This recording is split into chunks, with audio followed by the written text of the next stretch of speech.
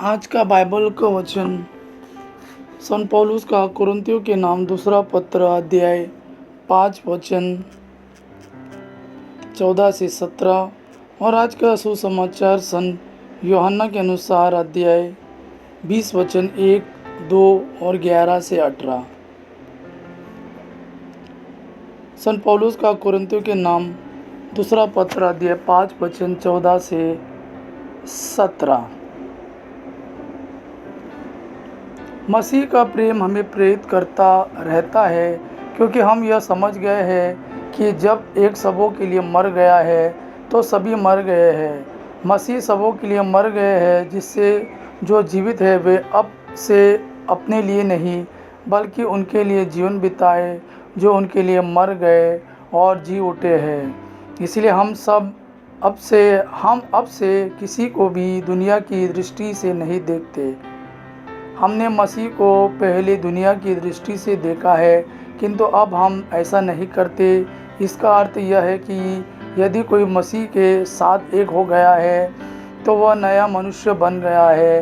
पुरानी बातें समाप्त हो गई है और अब सब कुछ नया हो गया है। आज का सुसमाचार सन यूहन्ना के अनुसार अध्याय 20 वचन 1 से 2, 11 से 18। मरियम मगदलेना सप्ताह के प्रथम दिन तड़के मुँह अंधेरे ही कब्र के पास पहुंची। उसने देखा कि कब्र पर से पत्थर हटा दिया गया है। उसने सिमोन पेतरुस तथा उस दूसरे शिष्य के पास जिसे यीशु प्यार करते थे दौड़ती हुई आकर कहा, वे प्रभु को कब्र में से उठा ले गए और हमें पता नहीं कि उन्होंने उनको कहाँ रख दिया है। मरियम कब्र के पास बाहर रोती रही। उसने रोते रोते झुककर कब्र के भीतर दृष्टि डाली और जहाँ यीशु का शव रखा हुआ था वहाँ उजले वस्त्र पहने दो स्वर्गदूतों को बैठा हुआ देखा, एक को सिरहाने और दूसरे को पैताने। दूतों ने उससे कहा, बद्रे, आप क्यों रोती है? उसने उत्तर दिया, वे मेरे प्रभु को उठा ले गए और मैं नहीं जानती कि उन्होंने उनको कहाँ रख दिया है। वह यह कहकर मुड़ी और उसने यीशु को वहाँ खड़ा देखा, किंतु उन्हें नहीं पहचान सकी। यीशु ने उससे कहा, बद्रे, आप क्यों रोती है? किसे ढूंढती है?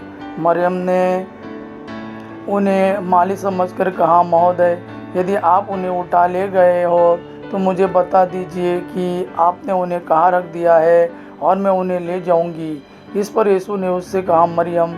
उसने मुड़कर इब्रानी में उनसे कहा, रब्बोनी, अर्थात गुरुवर। यीशु ने उससे कहा, चरणों से लिपटी रहकर मुझे मत रोकना। मैं अब तक पिता के पास ऊपर नहीं गया हूँ।